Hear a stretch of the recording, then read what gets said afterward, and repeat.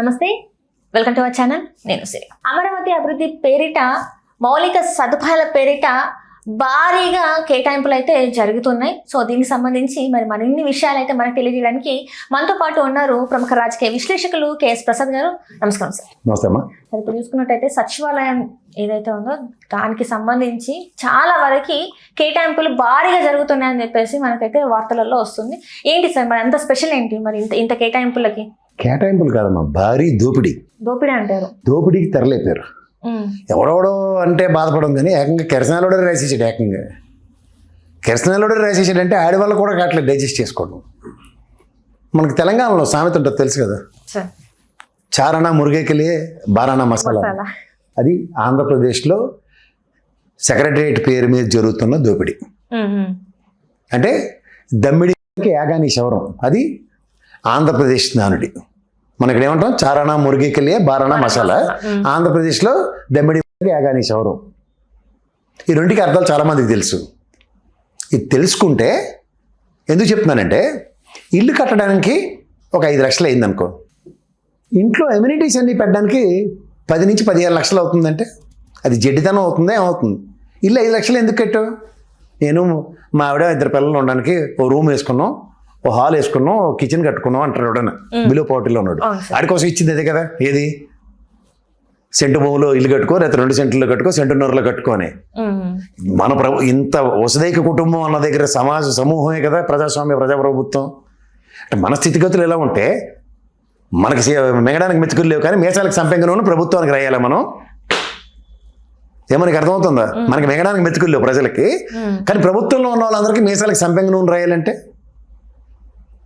అది మీ ఆంధ్రప్రదేశ్ ప్రజలు మీకు మీరే సాటి. ఎక్కడైనా అప్పు చేసి పప్పు కూడా సినిమా విన్నామా మనం? అదే ఇక్కడ ఆంధ్రప్రదేశ్లో ఆల్రెడీ ఉన్న సచివాలయం పనిచేస్తున్నారు ఒళ్ళొంగన ఎంప్లాయీస్ ఎవడైతే ఉన్నారు.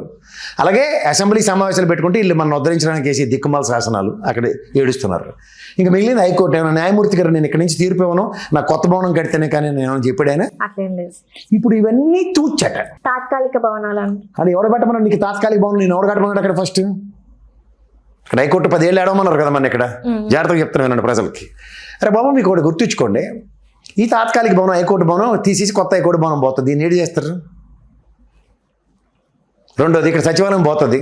ఇక్కడ ఆంధ్రప్రదేశ్లో సచివాలయంకి అయ్యే ఖర్చు తెలంగాణలో సచివాలయం ఎలా ఉంటుందో చూసావు కదా. వైట్ హౌస్ తలపించేలాగా ఉంటుంది. ట్యాంక్ బండ్ ఏ మూల నుంచి చూసినా కలకల్లాడుతూ మనకి ఇలా కళ సౌదం అంటే ఇలా ఉండాలరా అని ఇలా ఆత్మతృప్తి ఉంటుంది. ఇలాంటివి 9 కట్టచ్చు. ఆంధ్రప్రదేశ్లో ఇవాళ ఒక సచివాలయం టవర్కి కేటాయించిన డబ్బులతో 9 కట్టొచ్చు. ఇలాంటివి ఎన్ని కట్టొచ్చు? 9. పార్లమెంట్ హౌస్ అక్కడ తెలుసు కదా, ఢిల్లీలో కొత్త పార్లమెంట్ భవనం కట్టి వీళ్ళందరూ అక్కడికి డ్రగ్స్ తీసుకున్నాడు కూడా పోయింది. నిన్న డ్రగ్స్ తీసుకున్నాడు పార్లమెంట్కి పోయాడు. అరే దానికైన ఖర్చు 900 కోట్లు. వీళ్ళు తగలబెడుతున్న దాంతో అలాంటి భవనాలు 2 పార్లమెంట్లు కట్టొచ్చు ఢిల్లీలో. ఈ ఎవరి డబ్బులు అత్త సొమ్ముడు అల్లులు దానం అని ఒక సామెత ఉంటుంది. అలాగా ఈ ఎవరి డబ్బులు ఎవడేదానా పోసేస్తున్నారు మీరు. పోనీ ఏమన్నా అంటే ప్రపంచ బ్యాంక్ దగ్గర నుంచి, జర్మనీ దగ్గర నుంచి, ఎక్కడెక్కడి నుంచో అప్పులు తెచ్చి 47,000 కోట్లు దాన్ని ఏదాన పోస్తున్నారు. ఇప్పుడున్న సచివాలయం ఏదైతే ఉందో మీరు తాత్కాలికం అంటున్నారు కదా, కేంద్ర ప్రభుత్వం 3,000 కోట్లు ఇచ్చింది. దాంతో 1,500 కోట్లతో మనం సచివాలయం అండ్ సెక్రటరియట్, దాని ఏమంటారు అసెంబ్లీ భవనం, హైకోర్టు కట్టుకున్నాం గతంలో. ఎప్పుడు 14 నుంచి 19 మధ్యలో. ఇప్పుడు రాగానే మళ్ళీ రెడ్డి వచ్చాడు మొదలెట్టే గతమోహన్ జగన్మోహన్ రెడ్డి రా బాబు, ఆయనే మొదలెట్టకుండా పోయాడు. మీరు చౌదరి కోట సామ్రాజ్యం కదా, రెడ్డి వచ్చాడు మొదలెట్టిన సామెత మా నెత్తికి ఎందుకు వేస్తారా మీరు? అది నారాయణ గారి కలల సౌధం. నారాయణకి మదిలో మతిష్కంలో వచ్చిన అమరావతి రాజధాని, శాశ్వత గజెట్ చేరడానికి అమరావతి రాజధాని అని ఇబ్బడి ముప్పడిగా 2,316 కోట్ల దోపిడీ.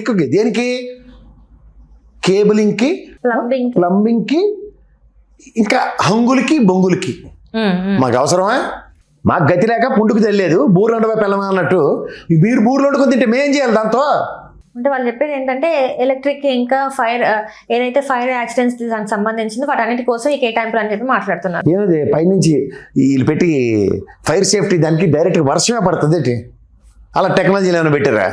ఇక్కడ సెక్రటరియట్లో కూడా ఫైర్ ఎక్స్టింగ్విషర్స్ పెట్టారు కదా, ఫైర్ సేఫ్టీ ప్రికాషన్స్ లేకుండా కట్టరు కదా. ఏది కట్టారు సార్? మరి అక్కడ సిరిపురంలో జగన్మోహన్ రెడ్డి ఆయనలో ఒక ఐకానిక్ టవర్ కట్టారు. షిప్లా ఉంటుంది అది.